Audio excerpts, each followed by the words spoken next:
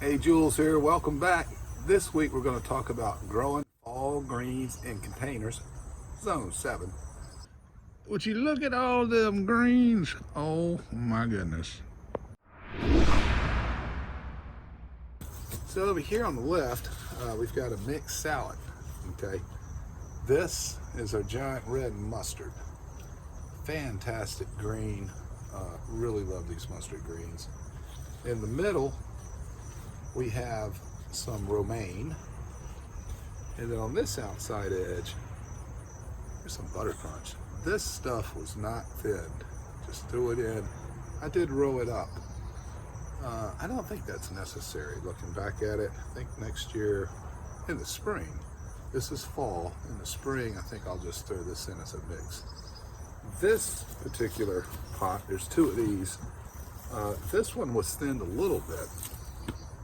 And here, the romaine's on the outside, the buttercrunch is in the middle. Okay. And then we have some red mustard here. And really, thinning it just a little does not seem to make a difference whatsoever for volume. In fact, there seems to be more volume over here for the plate. So, rule 2, next year, I'll just mix them in. And rule 2, don't worry about thinning it. Just let it bunch up. We do have a comparison in the garden. Let's take a look at that. So here, there's some buttercrunch and romaine tucked in here. This is semi-thinned out as well. It's in a raised bed, and there's not any more volume here than in the container. The containers are actually 11-gallon containers, so doesn't seem to make a difference either. And you can see here, this is more red mustard. If anything, this stuff is smaller. So actually 11-gallon container is pretty good. This is the 5-gallon. It'd probably be fine in there, but obviously it's half the size. Doesn't have the diameter either. So if you want to do your greens in containers, get this 11-gallon setup. It's really nice. We're loving it. That's a red here. You probably can't see it that well. This is some pak choi and tatsoi in here. It's been tuned up rather well by Slugs. We'll talk about that a little later. But this works very well, other than the slug damage. This packs in good. It's just a mixed spread. There's also some Chinese cabbage in here. There's not much of that left. We've been using it. Talk more about Chinese cabbage in a second.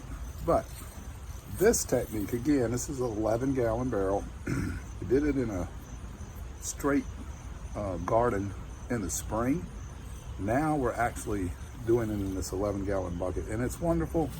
You just come out here, cut it, clean it, check for slugs, given what's going on, and you've got immediate stir fry. Very, very, very fresh. So another recommendation, get yourself, and you could do it in a 5-gallon, but I recommend 11. You can find some bigger containers, and a couple of these and you're good to go. Now, Chef Beth loves some stir fry. She loves some pak choi. So I found this. This is a Li Rhen Choi. Actually found it at Johnny's Seeds, Selected Seeds. And it's really good. This is really good, crunchy stuff.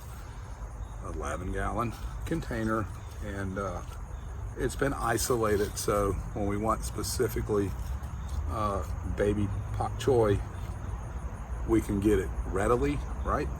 Li Rhen Choi, by the way, is designed for small space gardening. So if you want to grow some pak choi, whether it's in a container or in the ground, this is a space saver, is what this is. And you can use it in a variety of ways. Obviously, it's some stir fry. Beth's actually gotten these like cups of noodles that have very limited ingredients. You come out and grab one of these, boom, mix it up, chop it up, clean it up, put it in with your noodles, and you got yourself a nice little meal there. Highly recommend Li Rhen Choi.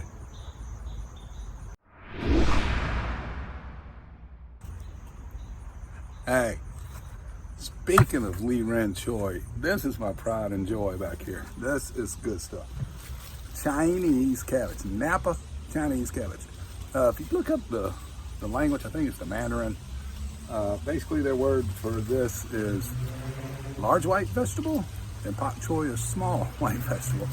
But Chinese cabbage is incredibly useful. We've gone through these two, we pulled some more. You can see again some slug damage. We'll get into that later, but these, you can pull the leaves as you go, and then it's going to have a nice little conical cabbage head right in the middle. We still have 7 left, and we're towards the end of October, zone 7. Growing these greens in containers, and it's worked quite well. If you haven't gotten into Asian greens, I highly recommend it. I'm going to leave a link down for Naive Urban Gardener. She's got a good video on this subject. She's getting more and more into it. We've been doing it this year and plan to expand. But as we do, this will remain in the mix. Napa Chinese cabbage. Get you some of that. So a couple of weeks ago, we were talking about slugs and greens, and we had a lot of recommendations. Obviously, a container is not going to stop a slug. They did, by the way, they ignored the lettuce, right? Romaine and buttercrunch, but maybe because they had these hardcore brassicas, you know what I'm saying, the Asian greens and pak choi and stuff, maybe they just preferred that. But I'm thinking that the one thing about containers is that you can run salt around them, a nice band of salt, to mitigate that slug damage. I will say, we've just been plucking them off. We had copper tape, beer traps, slug and snail bait, some other stuff. I'll try to leave a link if I can find the article. Some of that has some negatives to it, I will say. Some of it has some evidence that doesn't do anything. I don't know. If you want to go, well, other than salt, if you want to go 100% organic, just come out early in the morning, check it out in the evening. You'll see them moving around. They're easy to spot. They're slugs.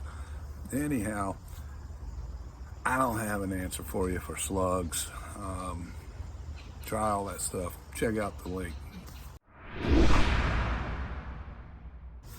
So last up, what are you growing this fall, or what do you plan to grow in the spring even? Green City, baby. I'm telling you, I'm loving these containers. We love growing this stuff in containers. It's changed our perspective on a lot of different things. We did use top-notch start garden soil. We used Fox Farm, the good stuff, the good stuff with the castings, worm castings in there, back guano, all that stuff. Let's put the money up front. Then we can amend it as we go, and it responded very nicely. So drop us a link there. Give us some comments on what you are growing and why. And don't forget those Asian greens. Big choices there. Check out that link. I'll drop her channel down there too. I'll just send you straight to her video. Peace.